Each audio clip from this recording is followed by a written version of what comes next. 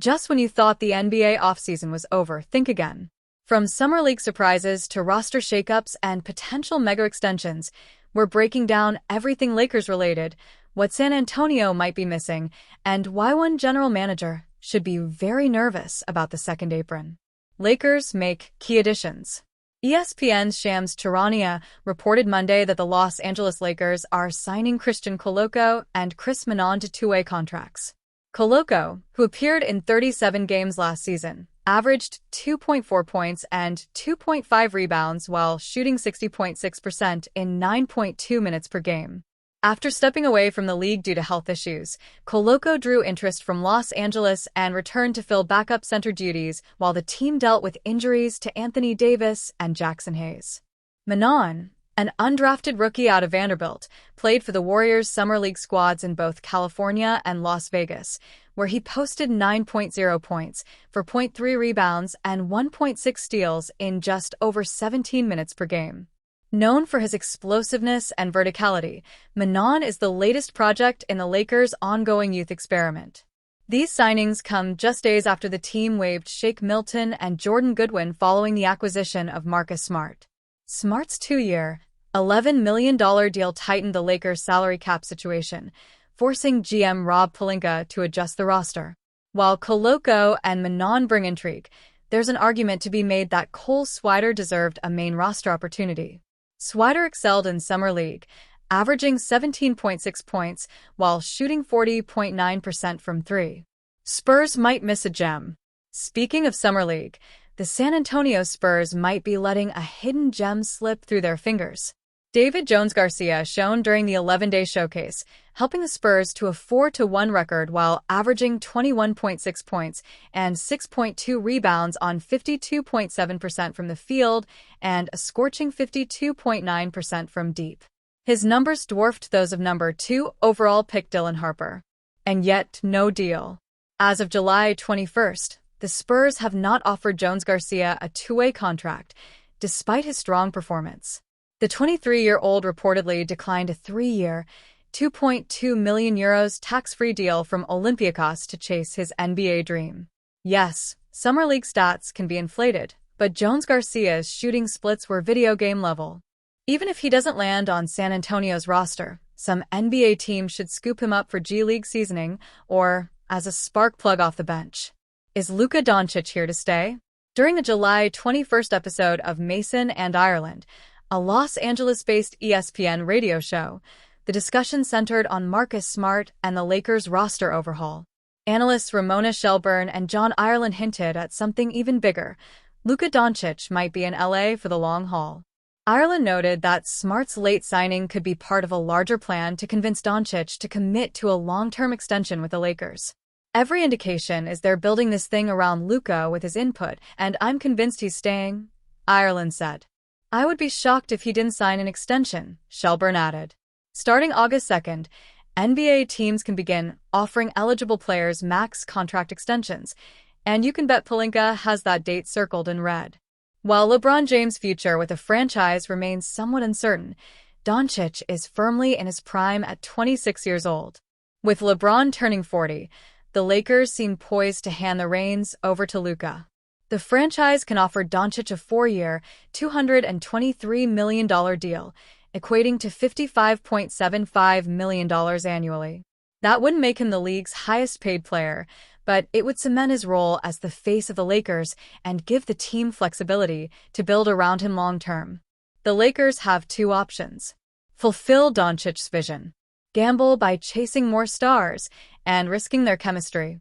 Given the trajectory Doncic is on, it seems like an easy decision.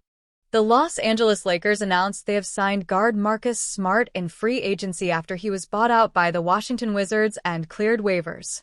Terms of the deal weren't disclosed, but it is believed to be for 2 years and $11 million with a player option for the 2026-27 season. Adding a player like Marcus Smart to our roster allows us to compete at the highest level, Lakers president of basketball operations and general manager Rob Pelinka said. Marcus epitomizes what it means to prioritize winning above all else, whether that's making huge plays on the defensive end or hitting critical shots in key moments of the most intense games. He knows and understands playoff winning and will be a key leadership voice in our group. Surrounding our stars with two-way players like Marcus is critical to our overall vision of how we want to play and win next season. This is an exciting player acquisition for sure. The Lakers entered the offseason with glaring needs like the center position and its perimeter defense, and they managed to address both in the buyout market by signing DeAndre Ayton and Smart, respectively. Ayton signed for the remainder of the team's non-taxpayer mid-level exception, while Smart reportedly signed for the full biannual exception. While Smart has dealt with injuries the past few seasons, he still remains a stout defender that can guard multiple positions and infuse a team like Los Angeles with a competitive edge and spirit they've been missing. The former NBA Defensive Player of the Year is still one of the best defenders in the league when available and should immediately slot in as an important piece of head coach JJ Redick's rotation. Aside from the obvious defensive upgrade, Smart is also a capable playmaker that can run an offense and find teammates open for good shots. The Lakers are rich in playmaking talent between LeBron James, Luka Doncic, and Austin Reeves, but adding someone like Smart provides more depth and versatility for the roster. There are also off-court benefits to Smart as he's a respected leader in the locker room who should have a voice that's willing to motivate and challenge his teammates.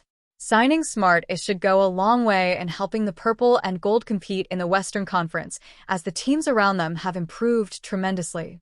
The Oklahoma City Thunder remain the gold standard, but the Houston Rockets, Denver Nuggets, and LA Clippers have all added more firepower to bolster their own championship cases. The Lakers should be in the mix as they've got arguably the most star power, but adding on the margins should remain a priority this summer.